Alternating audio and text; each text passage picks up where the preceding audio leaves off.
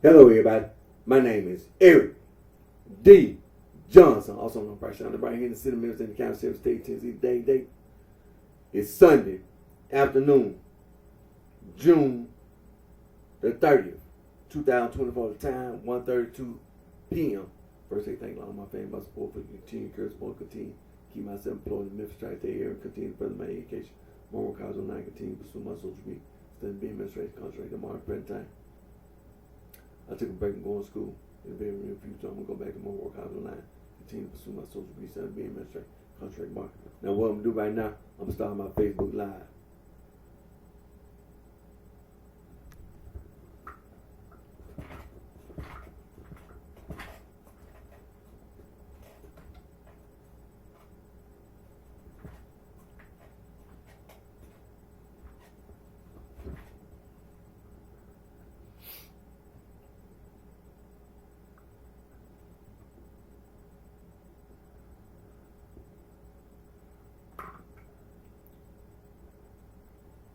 Hello, everybody.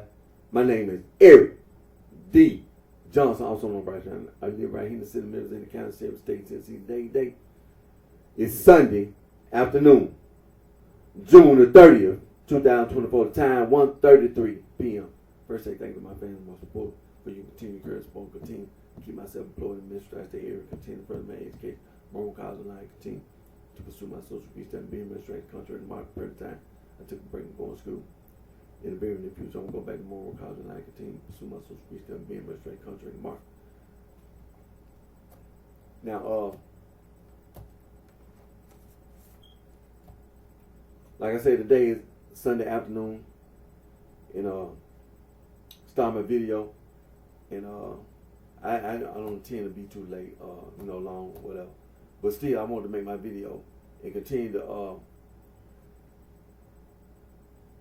to discuss this so-called Gnostic stuff that's being investigated and researched by the contemporary and modern scholars.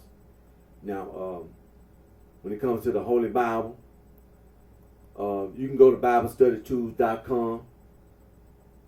They have all the available versions of the Holy Bible. Like your best known translations, for example, the King James Version, the New American Standard Bible, and so on and so forth, New Revised Standard Version, and the New Revised Standard King James Bible.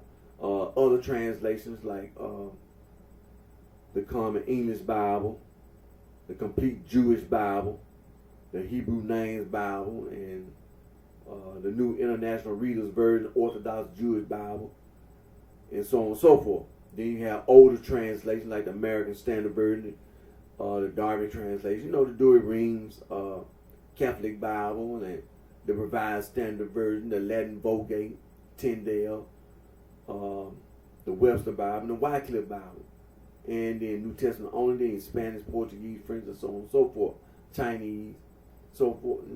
They have the available versions of the Holy Bible, StudyTools.com, and they also have those what they call them, those when you want to study study tools and things like this, and things like that. So I mean, that's for your studying and reading on the Bible, and then they also have like things for like the names of God, things like that. Now let's click over here to BibleGateway.com. You want to read the Bible, available version, Bible Gateway. Now Bible Gateway has available versions in various languages, all the way from for example, A to Z. From A practically to Z. I'm scrolling. Spanish and Persian, Finnish, Greek, Hebrew, and Hindi. So many different languages. Haitian Creole, Hungarian, Hawaii, Iceland, Italian, Japanese, Korean.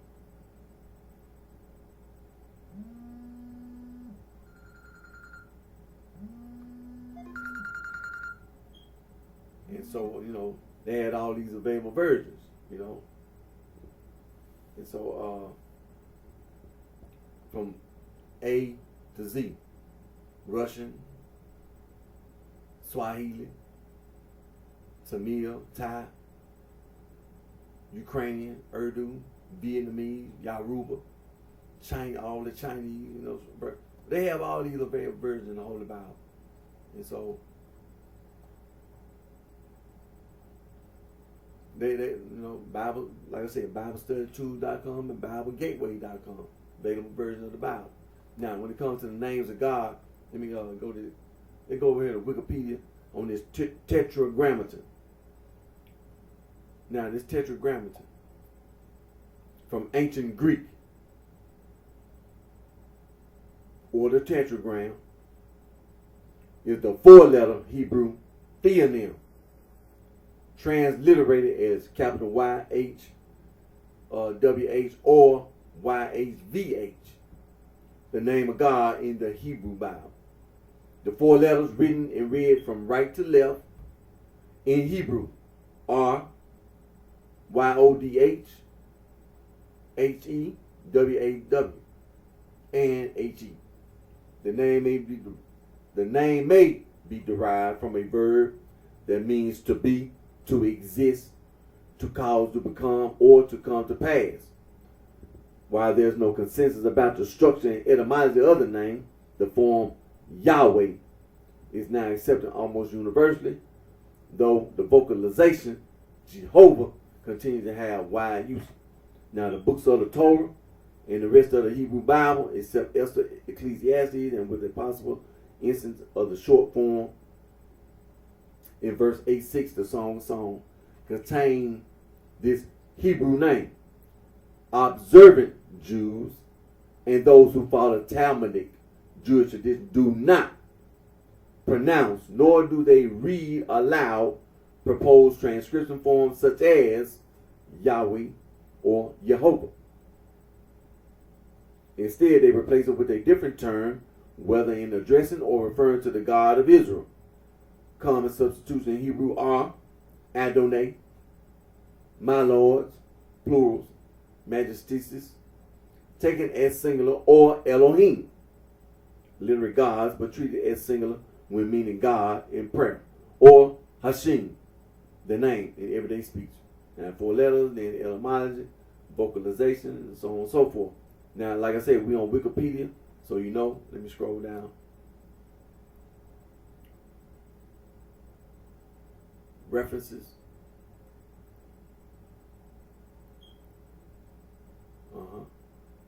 Got about 5 references and citations.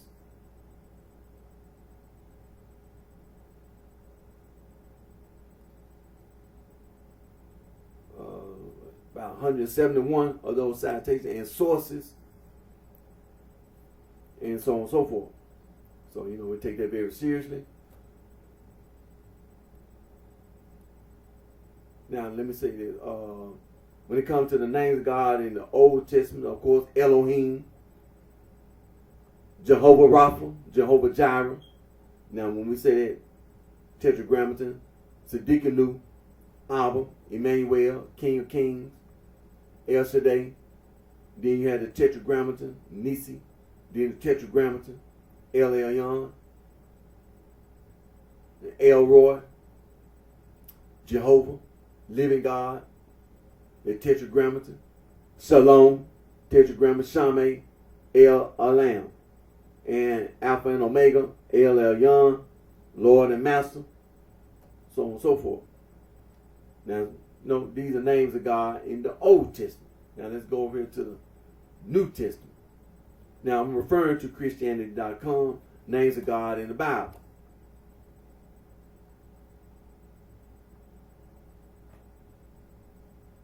Names of God, Jehovah. Then you have Jehovah Jireh, Jehovah Rapha, Jehovah Nisi, Jehovah Shalom, Jehovah Ra, Jehovah Siddiqenu, Jehovah Shammai. Then you have the Tetragrammaton, the personal name of God. Then you have other names of God in the scripture: Abba, Father, Adonai, Alpha and Omega, Ancient of Days, El Roy, Elohim, El Elyon, Jesus, Friend of Sinners.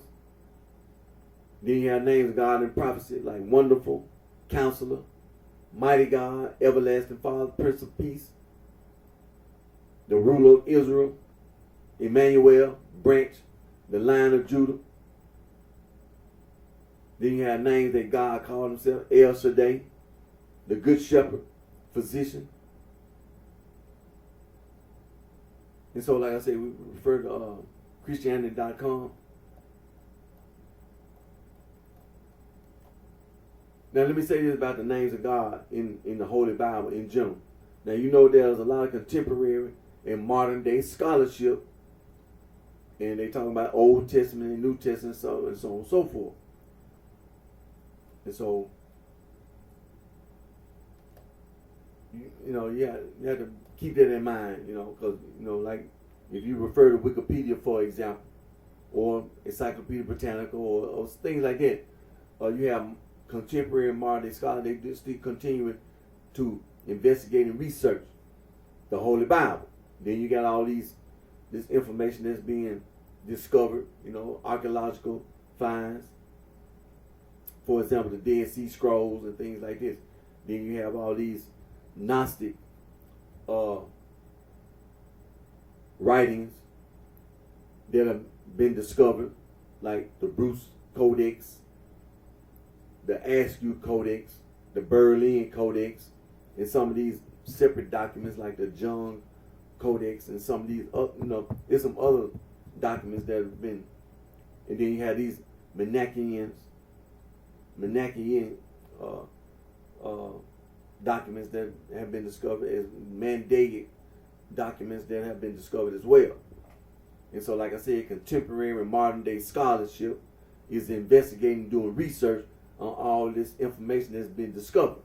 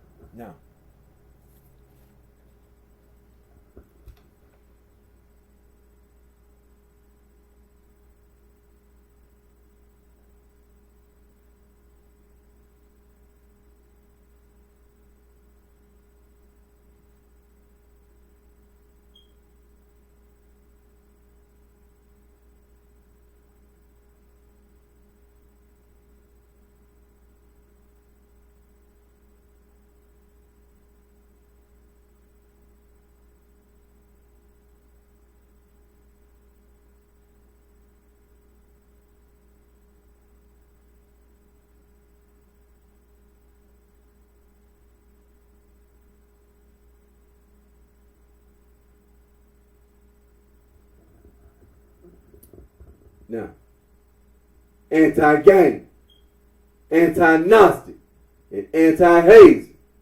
Also, adversus heresies, translated mean against heresies. Saint Irenaeus, the Bishop of Lyons, together with Saint Ignatius, the Bishop of Antioch. They wrote a 5-volume book refuting Gnosticism, proving that Gnosticism was a heresy. Also, Saint Athanasius, the Bishop of Alexandria, in his 39th Festal letter, Easter letter, in the year 367 AD, banned all non-Christian writing. Saint Athanasius, Bishop of Alexandria, together with all the other bishops in the Catholic Church, they went around and collected all that Gnostic theologian writing and destroyed it. Some of the Gnostic theologians right didn't get destroyed. For example, the Askew Codex, the Bruce Codex, the Berlin Codex, and the Nag Hammadi Library didn't get destroyed. The Nag Hammadi Library was found in 1945 by the farmers over there in Nag Hammadi, Egypt. Little farm boys outside playing. And eventually his father was a farmer. And then the modern day scholars eventually found out about it. And the Nag Hammadi Library is, as we know, is in the museum over in Egypt, in Cairo, in Egypt.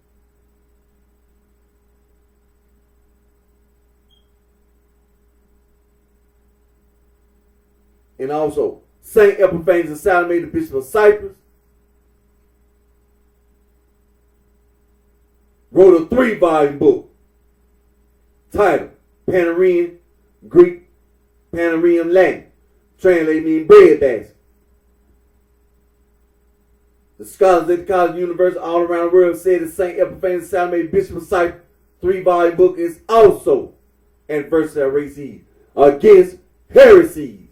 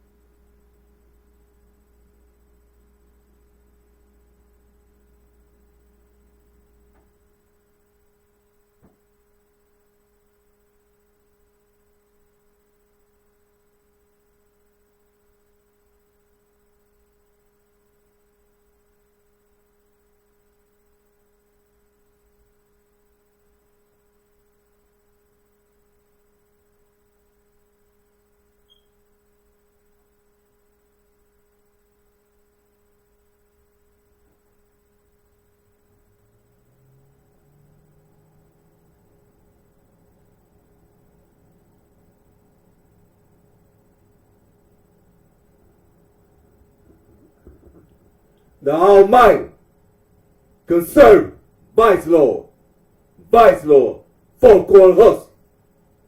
The Almighty, black, Prince Stone. The Almighty, Mickey Cobra, Stone, cracking. The Almighty, Black Disciple, popping. The Almighty Bluefin, Black Disciple.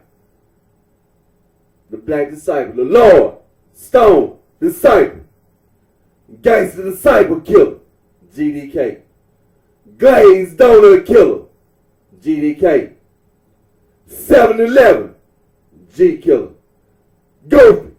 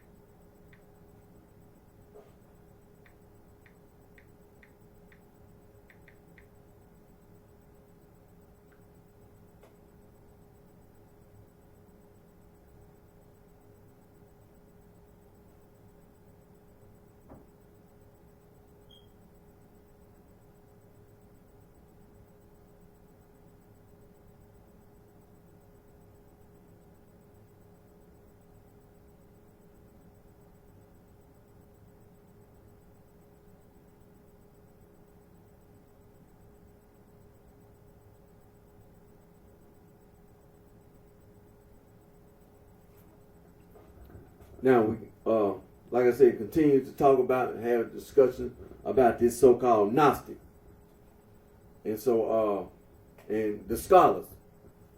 Now, scholarship on Gnosticism did not begin, as we say, in modern time, like the 1900s, like 1900 to 19. Now here it is, the 2000s. Scholarship on Gnosticism has been going on ever since back like BCE and then BC. Or not, well, BCE and CE, I mean CE. And so, for example, I just give you a quick example. Now they talk about this Philo, for example, who was a rabbi, a Jewish rabbi, or sage. You know, all depending on what time period we talking about. Because when you say rabbi, you know, let's don't make it sound like you don't know what you're talking about. So when you say rabbi, or you say Tanner, or sage, it's a certain time period. We're talking about a certain time period. So,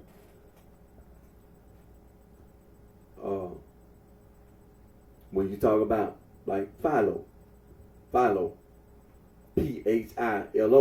Philo, who was considered to be a sage or rabbi.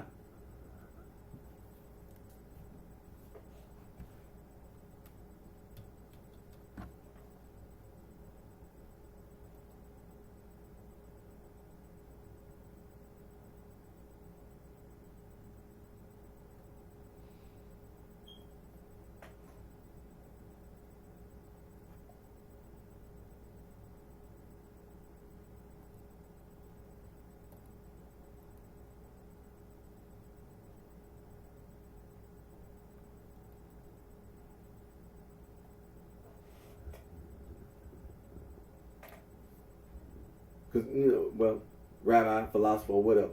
But the time period we're talking about, BCE, late BCE, and early CE. And so that's one example.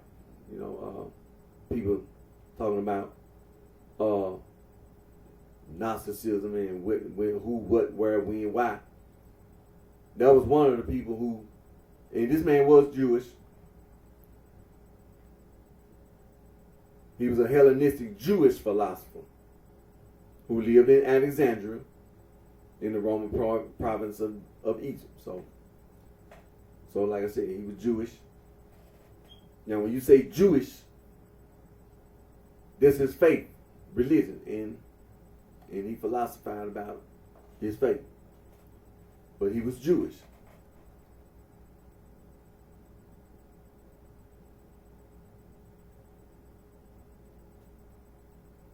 And like I said, he one of those Alexandrian Jews, and considered to be one of these Hellenistic Jewish. Now, when you say that, when you identify somebody, you know, this or that, in certain places in locations of Judaism during that period of time, there was a heavy influence, the Greek influence, which is Hellenistic influence, Greek influence in Judaism. And when you talk about this Gnostic stuff, that's one of the things that the scholars today is highlighting, is that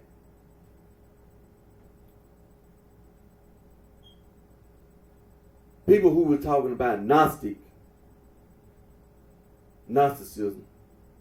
a lot of group, you know, like for example, Valentinus, one of the people that people talk about, they throw him out there. That's where he came from. He was one of those Alexandrians. That's where he came from, Valentinus, as well as some of the others. A lot of the so-called Gnostic theologians. That's where they came, like Valentinus. That's where he came from Alexandria in Egypt. And so, when we talk about this Gnostic stuff and it being it just didn't start now. See, that was one of the things that Philo was doing, is that the way he presented Judaism in such a way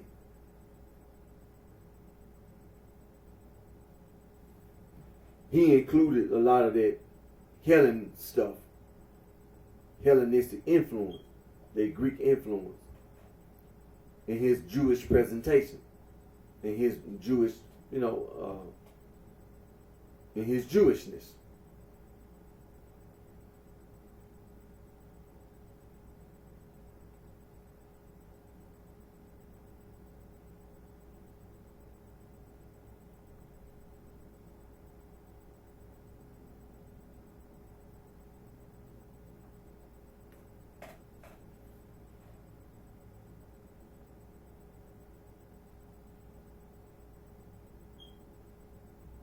And so, like I said, when it comes down to it,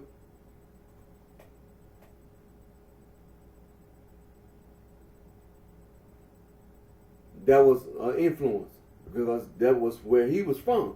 He was from Alexandria, and being that Alexandria was a place that had been conquered by the Greeks, that the Hellenistic, culture and custom was influence, a heavy influence in that area.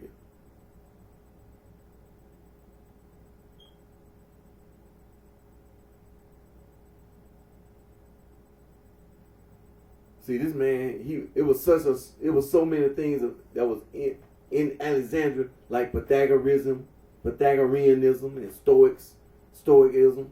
All these things was in Alexandria.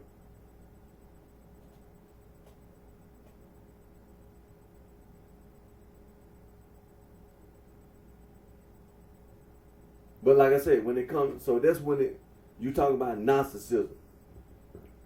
A lot of things that this man had to deal with, because you talking about late BCE and early CE. That was the time period this man lived in.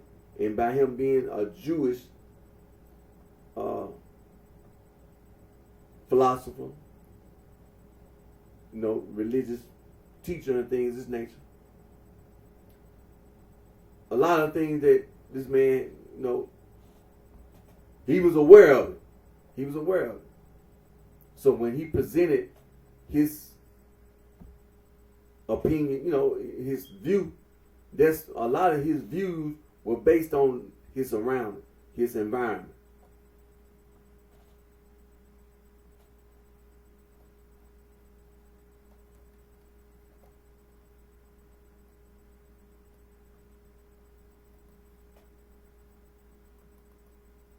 And like I said, I want to make sure I want to mention that Rabbi Akiva, a respected rabbi, and when I say Rabbi Tanner, like I said, don't leave out we talking about the time period, because there's a certain time period when you hear Tanner M, Rabbi. There's a certain time period that you start hearing it, sage,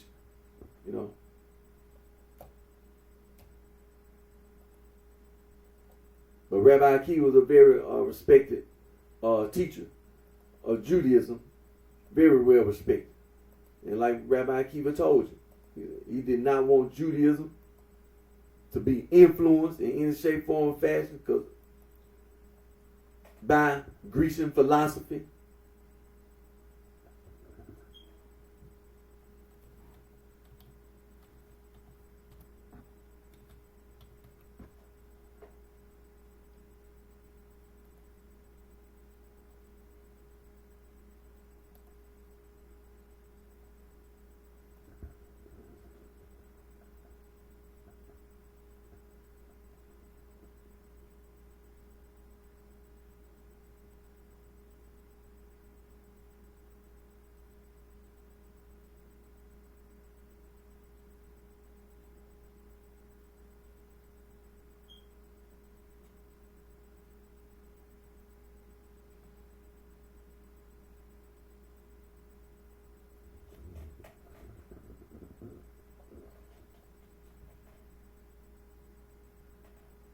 And so, like I said, Rabbi Akiva,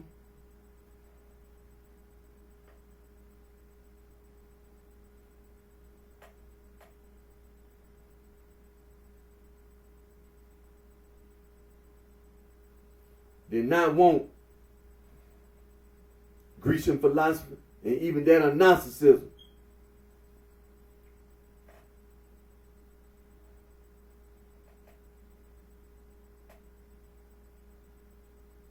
And then you had this intellectual influence of non-Jewish world. See, Rabbi Akiva did not want none of that to be an influence.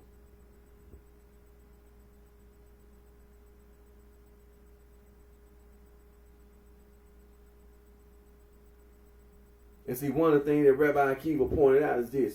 It's about your surroundings. Because it was to be feared that the Jews, by their facility in accommodating themselves to surrounding, even then a marked characteristic, might become entangled in the net of Grecian philosophy and even in that of Gnosticism.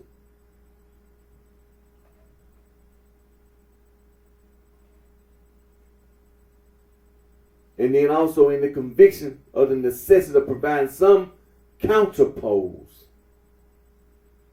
to the intellectual influence of the non-Jewish world.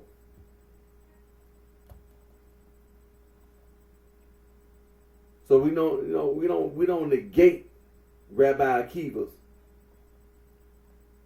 position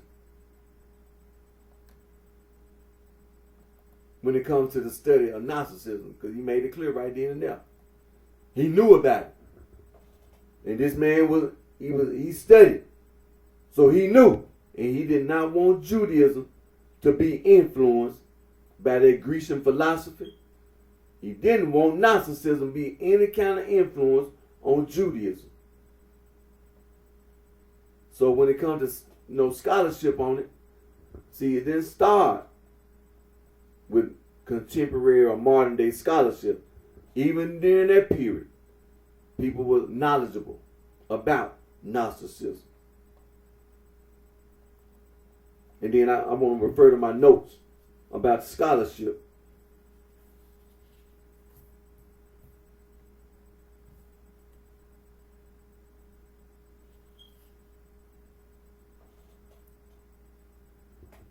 Now,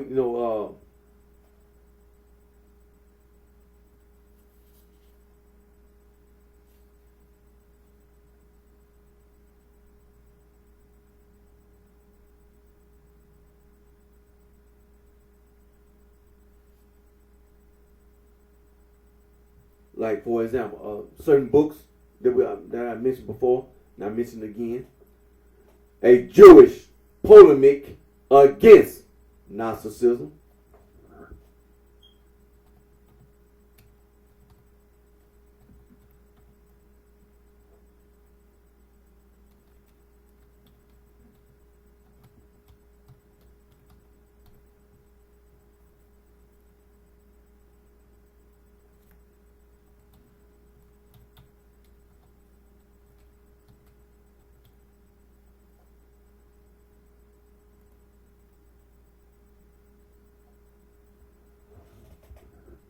And it was published in 1946.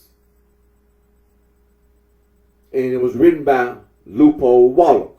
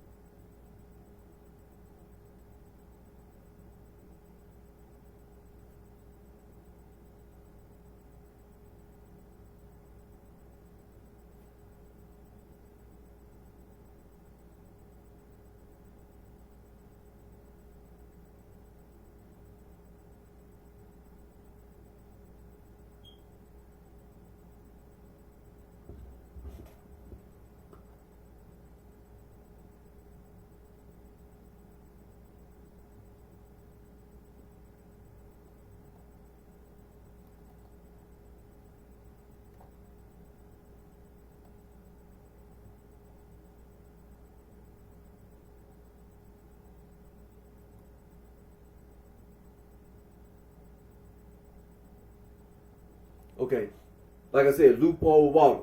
Now I was trying to look at this. Make sure, because like the biography of a man, it's important. So what? Let me click right here.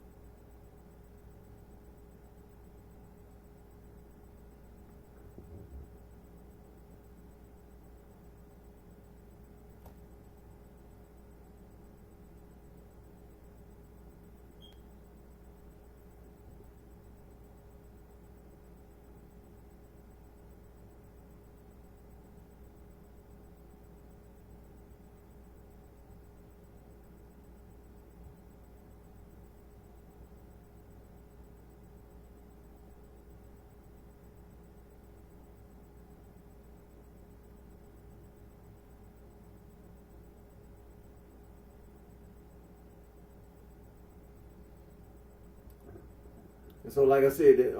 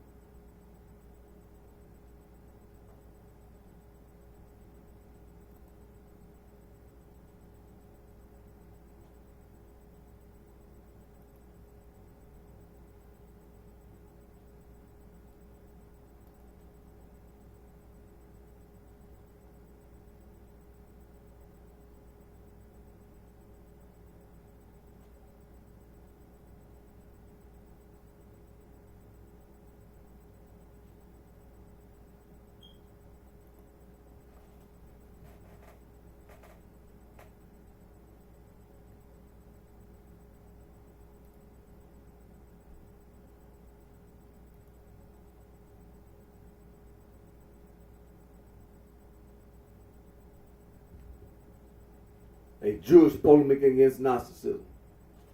Loophole Wallach.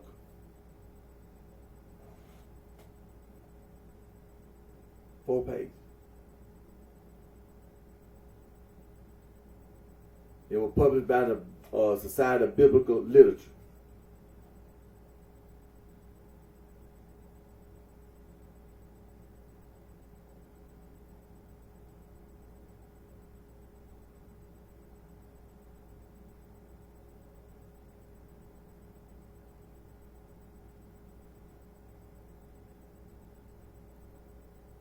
It was published, December 1946. 1946. But this man was a Jewish man.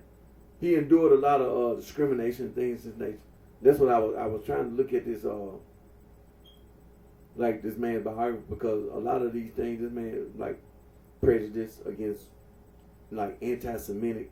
This man immigrated to America from Germany. From Poland, Germany, all that, and had to leave and came to America.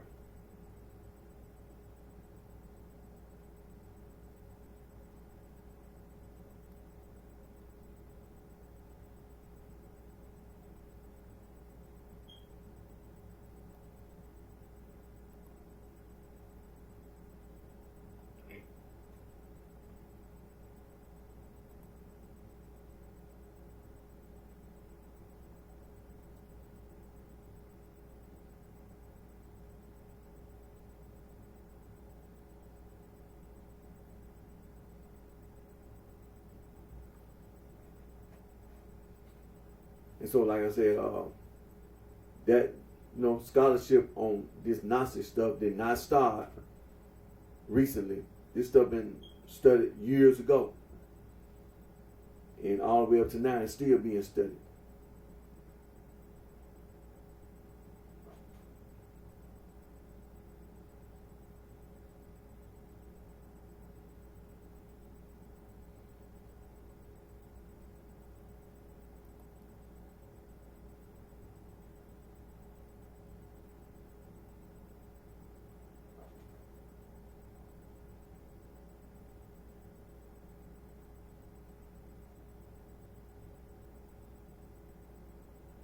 I mean, this man was in a concentration camp.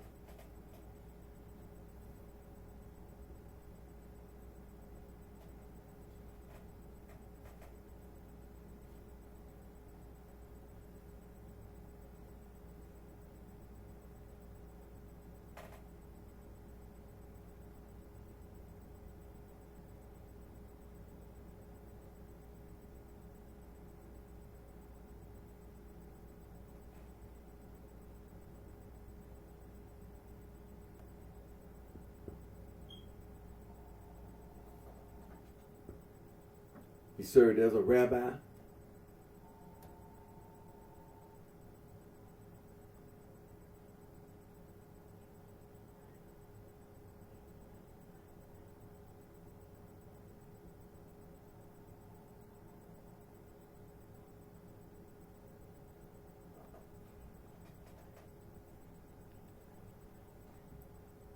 He was imprisoned by the Nazis and sent to Dachau concentration camp.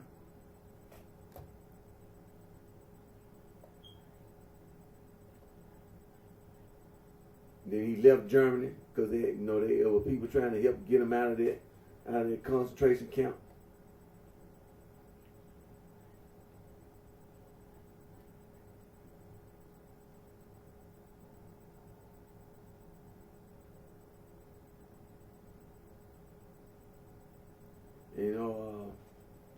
This man, his family, according to information, this man, like I said, he was in Dachau concentration camp, and his father was also in the same concentration camp, even though he had got released from the concentration camp and made it over to France. And eventually this man made it to America. His father had been killed at Auschwitz. And his younger sister, she died at another concentration camp at Stuffhouse. And his mother had died in Lupheim. And so the man went, experienced a lot things, the Holocaust. He experienced the Holocaust.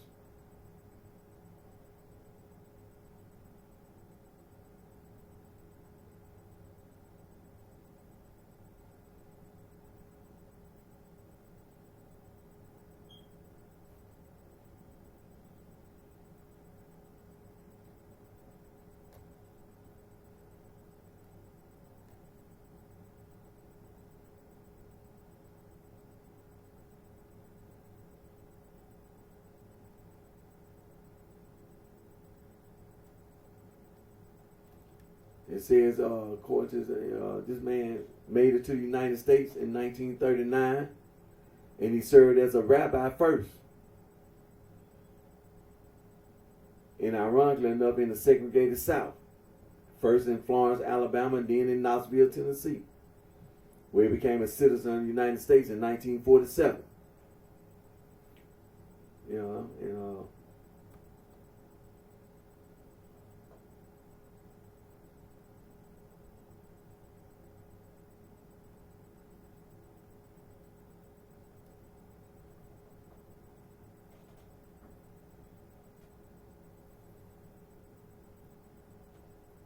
And he also served as a rabbi in New York, Ithaca, New York, and in Syracuse University Chapel, and finally in Hamilton, Ontario, until he earned his second doctorate, a PhD in classes from Cornell University in 1947.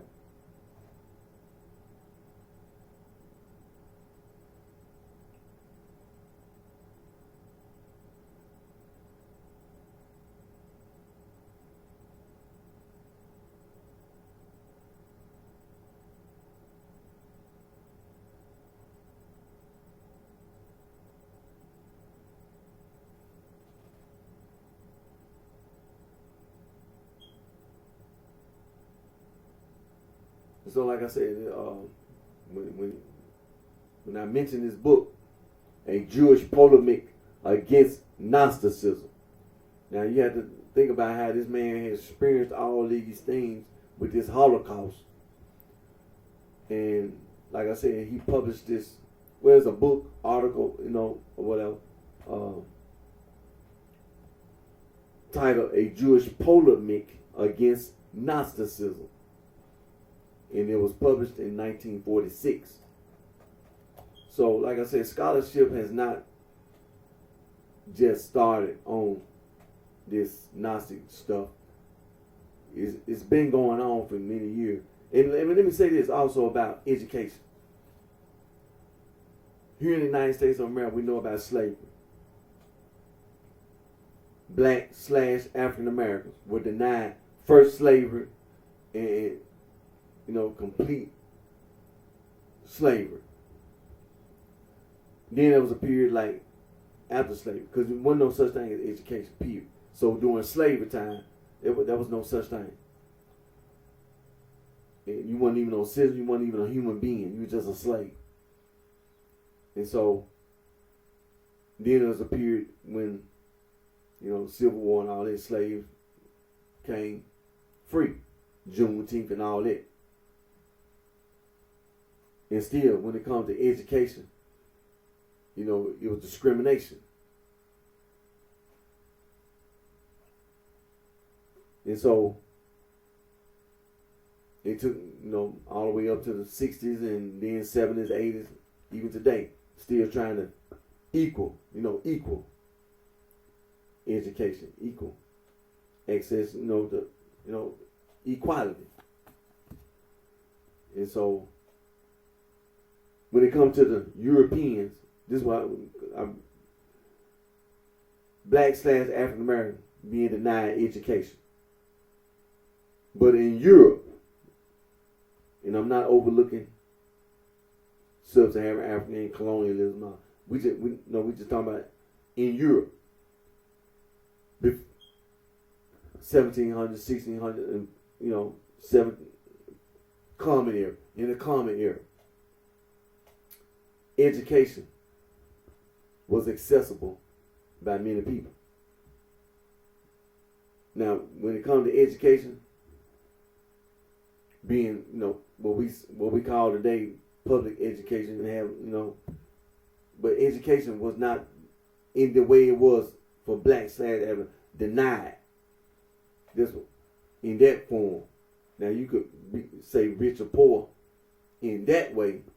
The rich people got education, and then the poor people, you had to scrap up some money, and you can still get education if you got the money.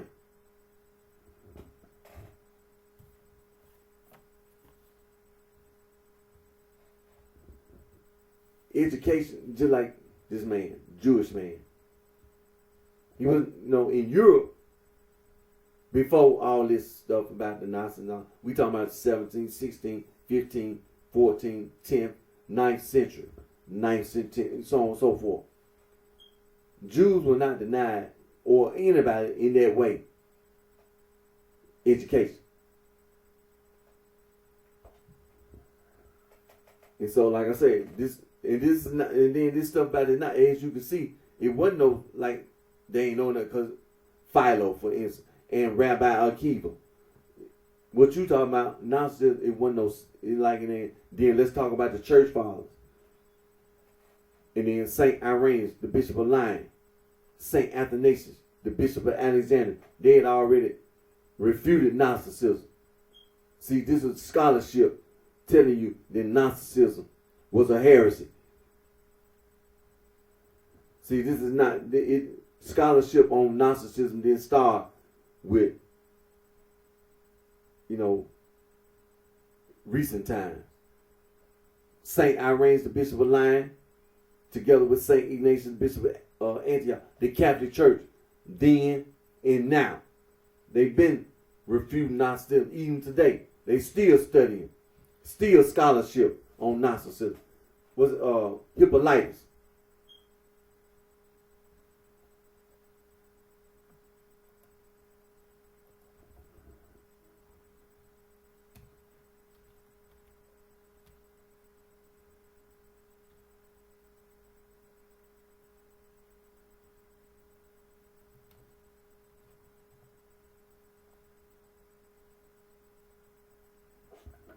Yeah, Hippolytus of Rome.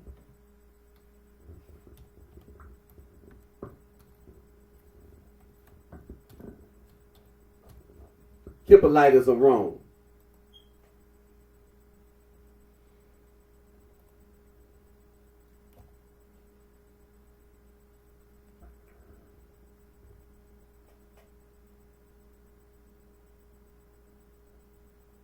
Was a bishop of Rome and one of the most important 2nd, 3rd century Christian theologians.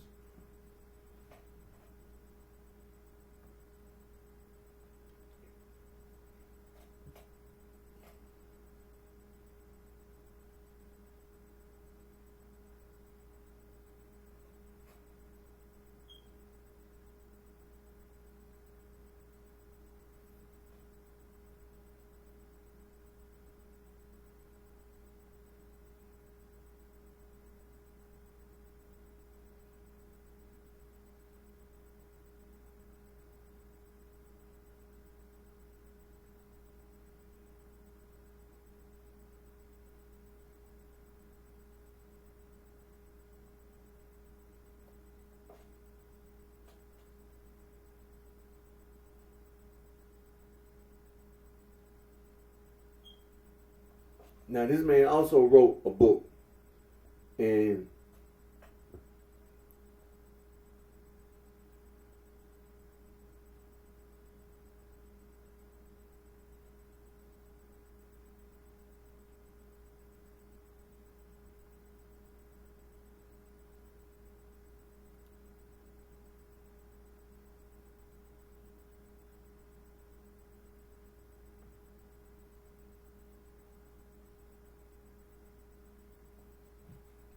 Now, his book,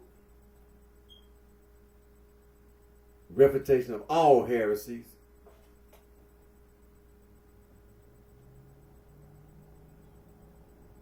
is a compendious Christian polemical work of the early 3rd century, whose attribution to Hippolytus of Rome or an unknown pseudo-Hippolytus is disputed. And then it catalogs both pagan beliefs and 33 Gnostic Christian systems deemed heretical by Hippolytus, making it a major source of information on contemporary opponents of Christian orthodoxy as understood today.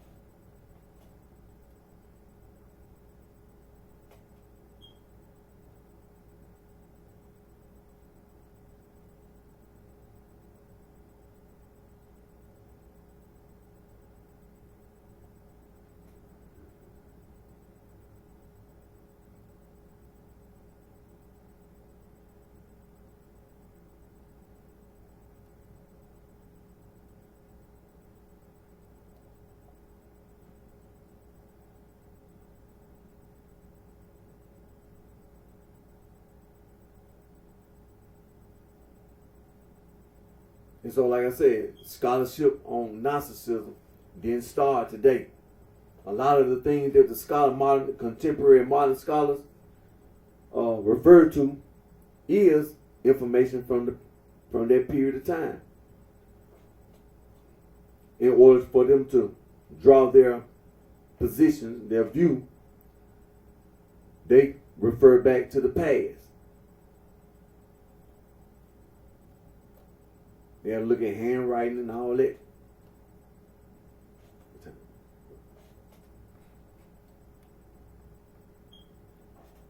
And so,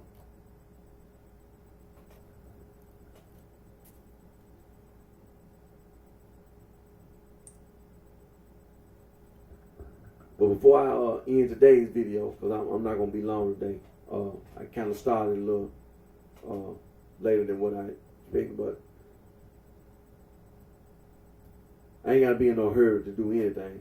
But I wasn't intending on starting late like I did. But my main thing is that continue to do the same thing what the contemporary modern scholars do, is continue to investigate and research this Gnostic stuff and continue to say the same thing. There's a bunch of heresy and include the Jewish scholars. Because make this clear. For example, like I just talked, Loophole Wallach, and just talked about his biography. This man was a Jewish man. He experienced the Holocaust.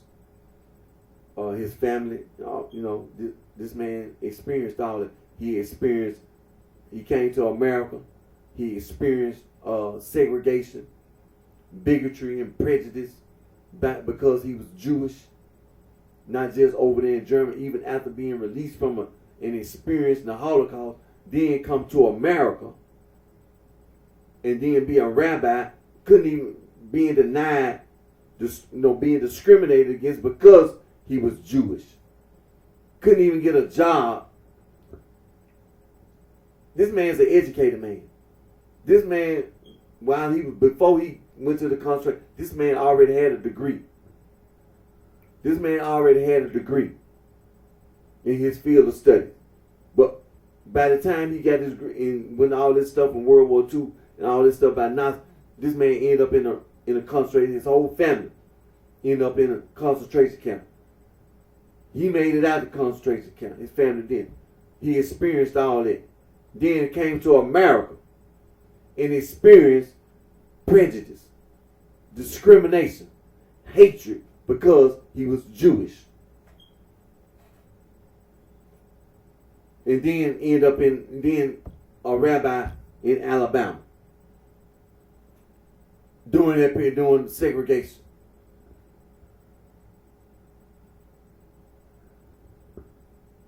But this man, like I said, he wrote his book, or whatever. He did the work titled "A Jewish Polemic Against Gnosticism," and like I said, it was published in 1946.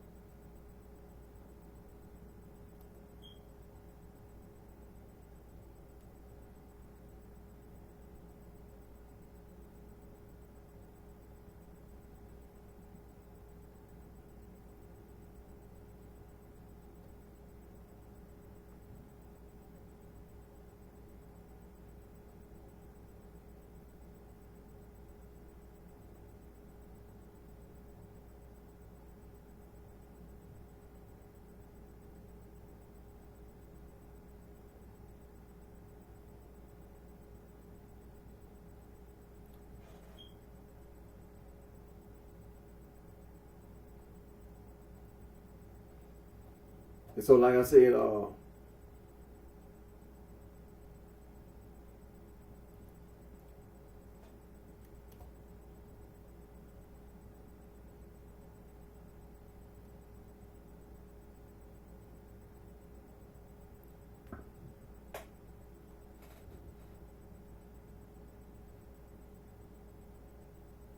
okay. And so, like I said, hey, when it comes to scholarship on this Gnostic stuff, it didn't start today. So when discussing Gnosticism, it didn't start today. It's been going on ever since BCE and now in CE. And because a lot of the modern, contemporary, and modern scholars today, they having to refer back. What they have to do, they have to refer to the BCE, then they have to refer to the early CE. For example, the Dead Sea Scrolls got found. Just like all this other stuff that get found, all this Bruce Codex, Askew Codex, Berlin Codex, all that got found. And all this Mandaic writing that got found, all this Manichaean writing that got found. The Nag Hammadi Library is over there in the Cairo Museum right now that people refer to, and that stuff is way back in the 2nd and 3rd century. But contemporary modern scholars refer to that to study, Gnosticism. And none of the scholars is telling you to be a Gnostic or you can be a Gnostic. A lot of that stuff, is anti-Jewish, anti-Semitic or whatever, however you phrase it. And all this stuff about the Hellenistic Jews and all this, all this Hellenism and all that. So, Dr. Gershom Scholem on the Kabbalah and mysticism and all that. As a matter of fact, I started reading. It was a free PDF.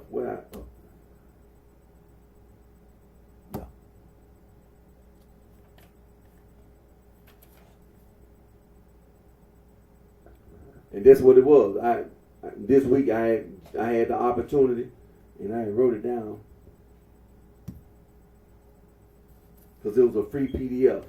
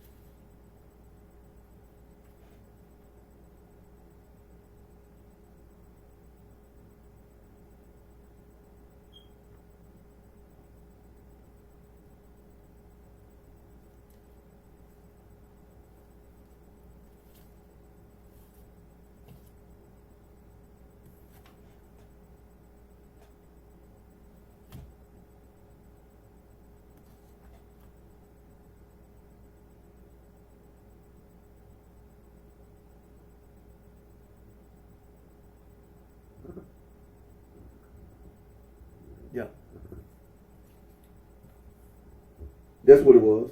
Jewish Gnosticism, Merkaba mysticism, and Talmudic tradition, based on the Israel Goldstein lectures delivered at the Jewish Theological Seminary of America, New York.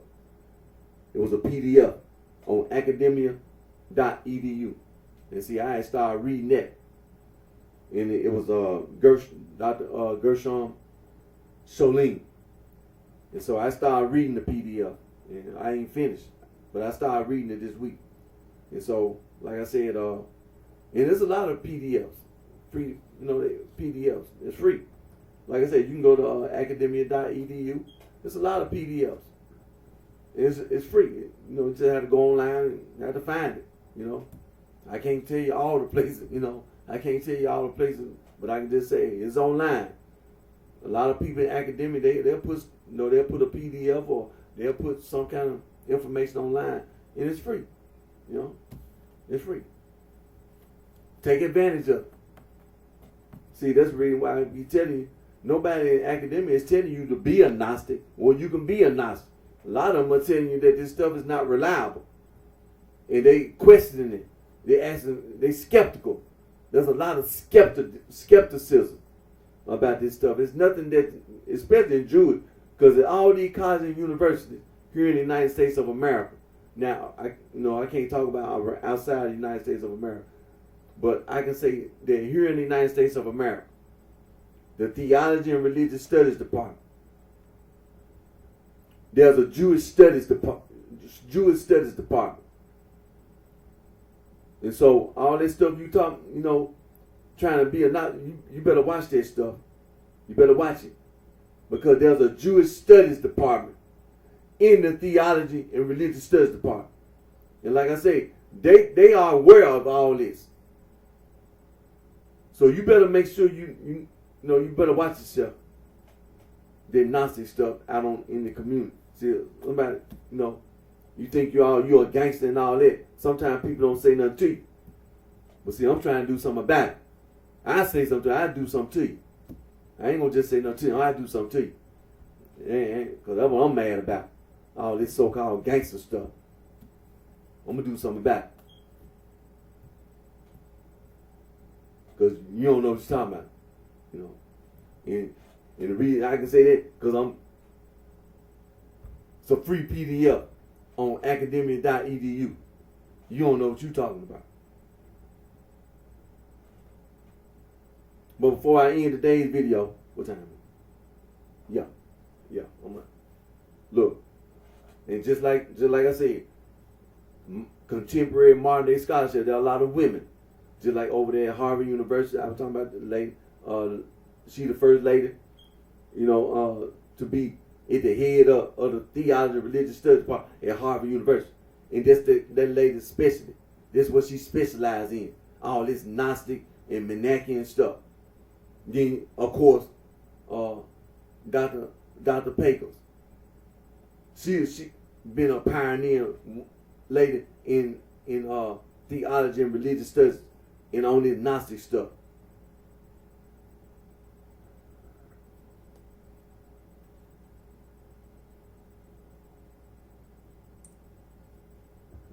And then while I was online one day, I just happened to, because I really wasn't even, sometimes I don't be looking for one thing, and then while I'm in the process of looking up some one thing, then the references and notes and all that kind of stuff, then I just happened to look, I was like, oh.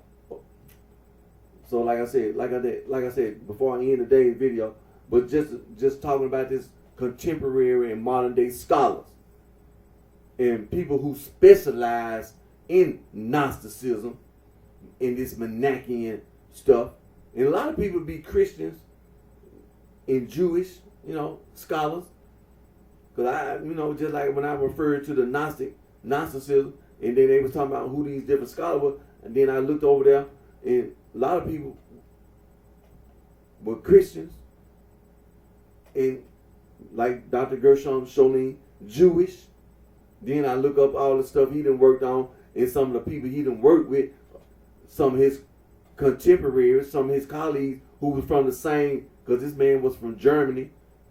Mr. Scholem was from Germany, one of the German Jews. Then he immigrated to Israel at the time, the early 1900s, Palestine. He immigrated to Palestine because it was a British mandate at that time. Then became Israel. And then all this stuff about Zionism and all that stuff. We ain't gonna get into all that. But like I said, a lot of the people that he knew who were in Germany in the early 1900s, before all this Adolf Hitler stuff, they were Jewish in Germany and Denmark and all these European, France, they were Jewish. A lot of people in Germany and Hungary, Austria and Switzerland, they were Jewish. Spain, Portugal, there was a lot of people that were Jewish. Poland and all that, it was a lot of people that were Jewish, even in Russia. It was a lot of people that were Jewish.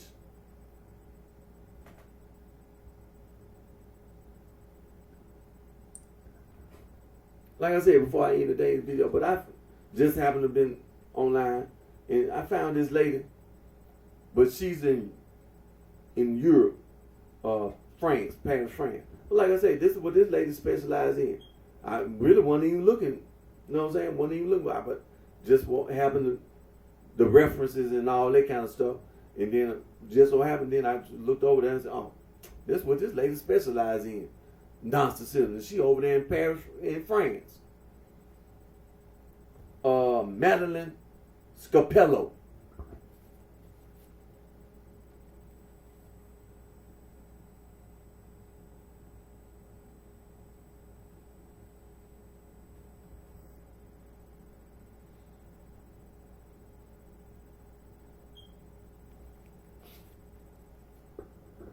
Now, this lady here, she's a French historian of religion, Madeline Scapello. And she's director of research at the CNRS. Now, some of this is French. So, she's the chair. She's the chair of Gnosticism and Manichaeism. She's the head of it. You know what I'm saying? She's at the head of it. She's the chair of Gnosticism and Manichaeism. She also teaches at the Institut Catholique de Paris, the Faculty of History, History of Ancient Christianity.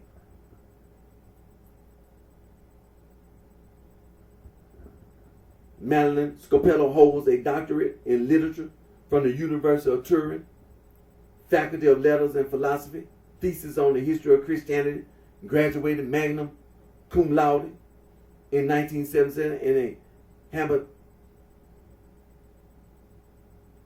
habilitation obtained in 2006 at Paris Sorbonne University. Her research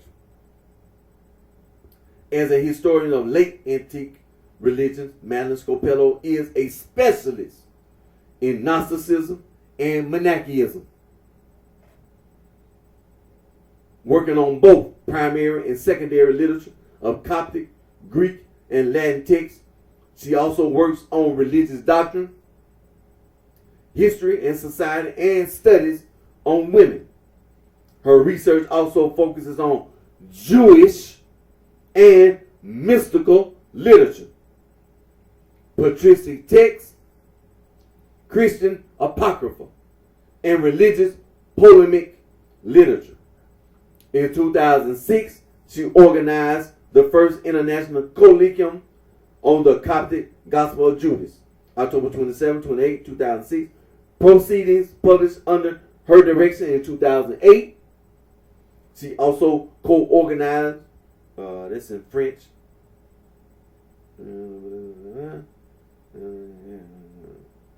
Now, all this, is in French.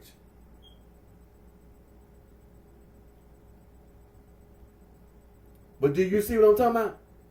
Do you see how this lady, she's the chair of Gnosticism and Manichaeism? She's the chair in all these areas of her expertise. Her affiliations, Lebex Rim, she's a member of that. She's a member of the Society of Asiatique. Some of this stuff, excuse my pronunciation in French. Association Francophone du Coptic, founding member, International Society of Coptic Studies, and so on, and International Association of Manichaean Studies, Association Antique Tardive, and Chapman University Proceedings, California, and so on and so forth. See, like I said, some of this stuff is in French. Then she's had editorial work, and then she had books and articles, and so on and so forth. And then there's all these conferences, and so on and so forth. So like I said,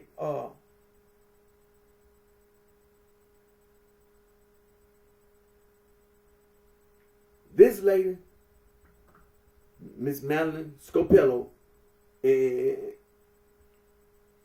she's over there in Paris. She's over there in France. But I'm quite certain she, like I said, she's been here in America, whatever. But do you see all the areas of expertise that this lady, and when it comes to Gnosticism and Manichaeism, she is the chair. She's the chair. Being a woman. You know what I'm saying? And that includes Jewish and, all that. And scroll back. Yeah, that includes Jewish and mystical literature. Patristic texts, that's the Catholic Church. And Christian Apocrypha, Catholic Church, and so on and so forth. And all that. But so, like I said, when it comes to the study of Gnosticism and that Manichaeism and all that Mandaic stuff, nobody telling you, hey, be a Gnostic. Or you can be a Gnostic. Just like me. Nobody told you that, man. Nobody told you that. Hey, that's the way to go. Hey, you be a Gnostic. You know what I'm saying? You be a Gnostic, just like me. I'm a Gnostic. Hey, nobody told you that, man. And these people, these individuals, men and women, of various backgrounds. It could be Jewish, could be because the Jewish Studies Department, just like at the University of Chicago, there's a Jewish Studies Department. At the University of Illinois in Chicago, there's a Jewish Studies Department. At DePaul University, there's a Jewish Studies Department. In Loyola, there's a Jewish Studies Department. Here in the city of Memphis, at the University of Memphis, there's a Jewish Studies Department. The University of Tennessee, University of Middle Tennessee, there's a Jewish Studies Department. Now these historically black colleges and universities, they are underfunded. You know what I'm saying? Underfunded. And like I said, historically black colleges and universities, but they don't discriminate, they don't deny anyone based on their race, color, religion, all so on and so forth. But when it comes to being, underfunded, but you can get your start. You can get your 4-year start on some type of theology, and then move to another college. Earn your master's and doctoral degree, and so on and so forth. But the majority of these historically black colleges and universities, they underfunded, and I doubt they have that type of, like a Jewish Studies Department. But in general, you can get your start in the study of religion, like theology, religion, earn a bachelor's degree, and then from there move on to another college, university, and earn your master's and PhD. But like I said, when it comes to the study of Gnosticism, as you can see, people all over the world are studying it. Nobody telling you nothing like that. See, they were people, the criminals. They were the criminals do out on the street. For example, the gangster disciples. For example, the black gangster new breed. For example, the everybody killers. See, criminals, cowards. That's what they do. But what else?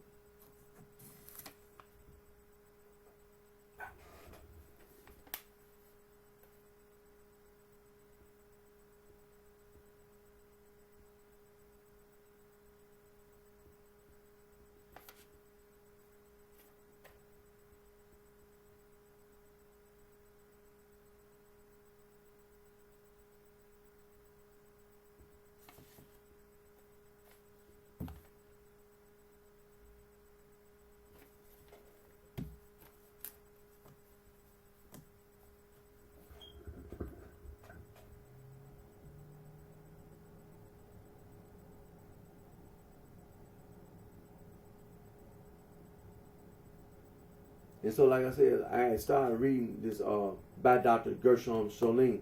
I just happened to find it. It was a free PDF, and I'm gonna what was it again? It was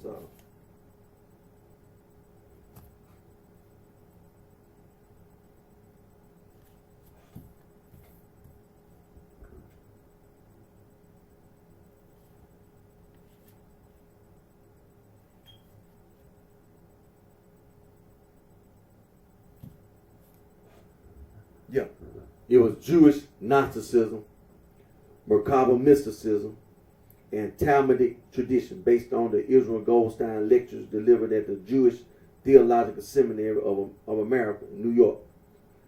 And it was Dr. Gershom Scholem. It's a free PDF. You can go to academia.edu. It's a free PDF. Matter of fact, let me see. Let me go find it before I close out.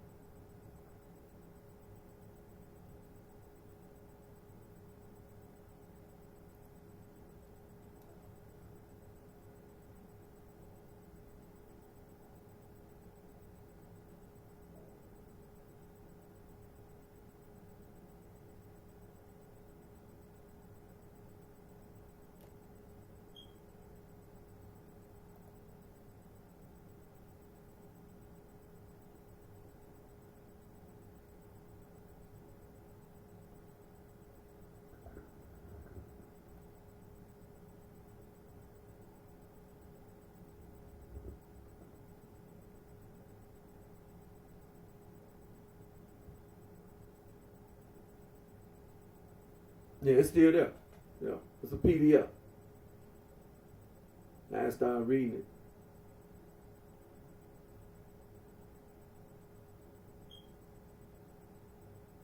So I had read. Let me see. Let's see if I forgot to write down where I stopped at, but I had started reading it. Boomer, Colorado. Yeah.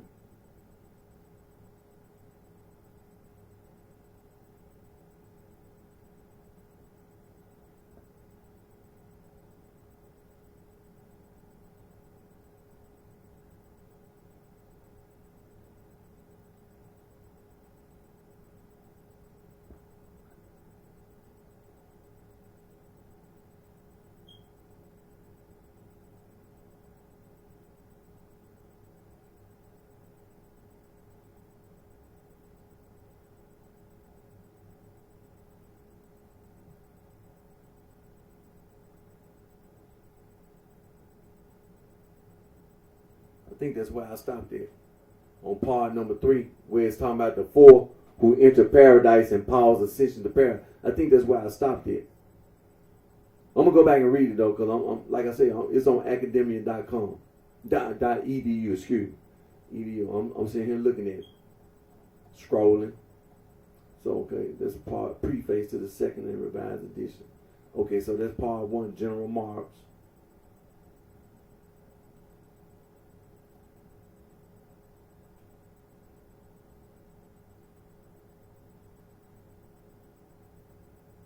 Then part 2, the halakhic character of Hekalat mysticism. Yeah, I think that's why I stopped at part 3. But I'm gonna get back on this. It's a free. Hey, it's a PDF and it's free.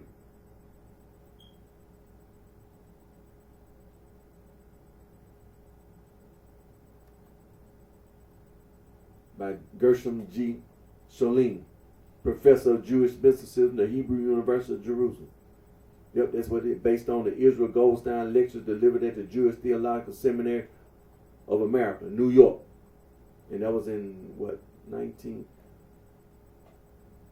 York Jewish Theological Seminary of America, 1965. And this was 1965.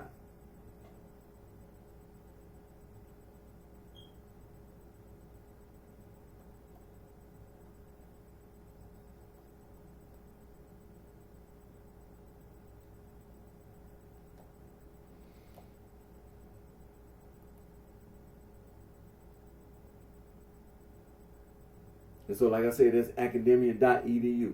And so, on that, I'm going to get ready to end today's video.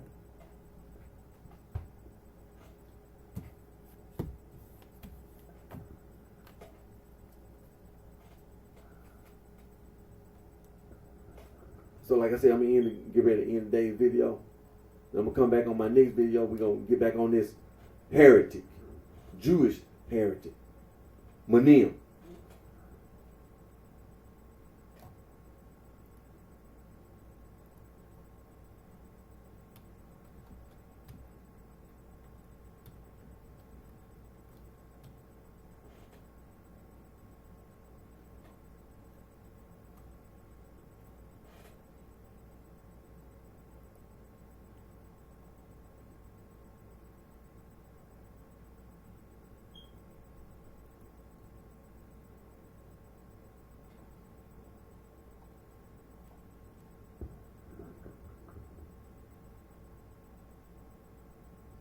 Manim. Manim.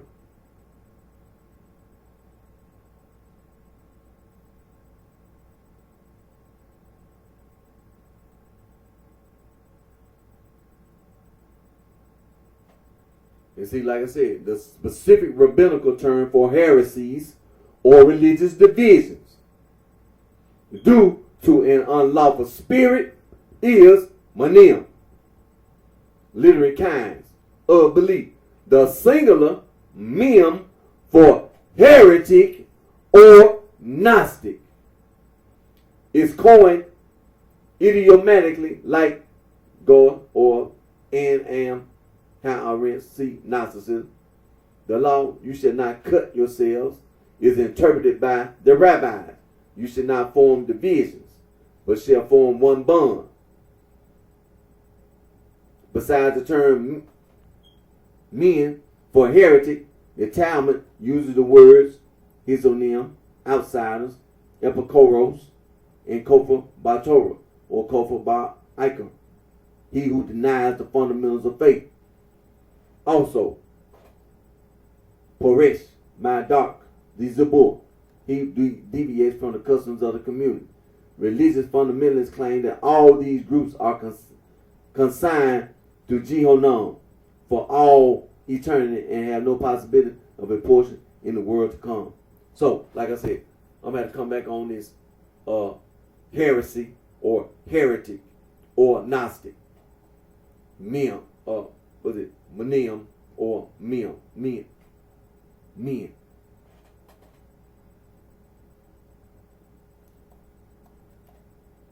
So I want to thank my Lord and Savior Jesus Christ, Son of God, for all the blessings and guidance He provides us all with, and want to continue to pray. There are a lot of wars being fought all over this earth, all over this planet, and continue to pray that there be peace. You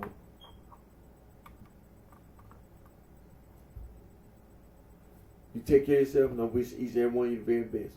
And I'm going to come back on my next video. We're going to get on to this heresy in Judaism, heretic or heresy or heretic. Take care of yourself, wish each and every one of you the very best.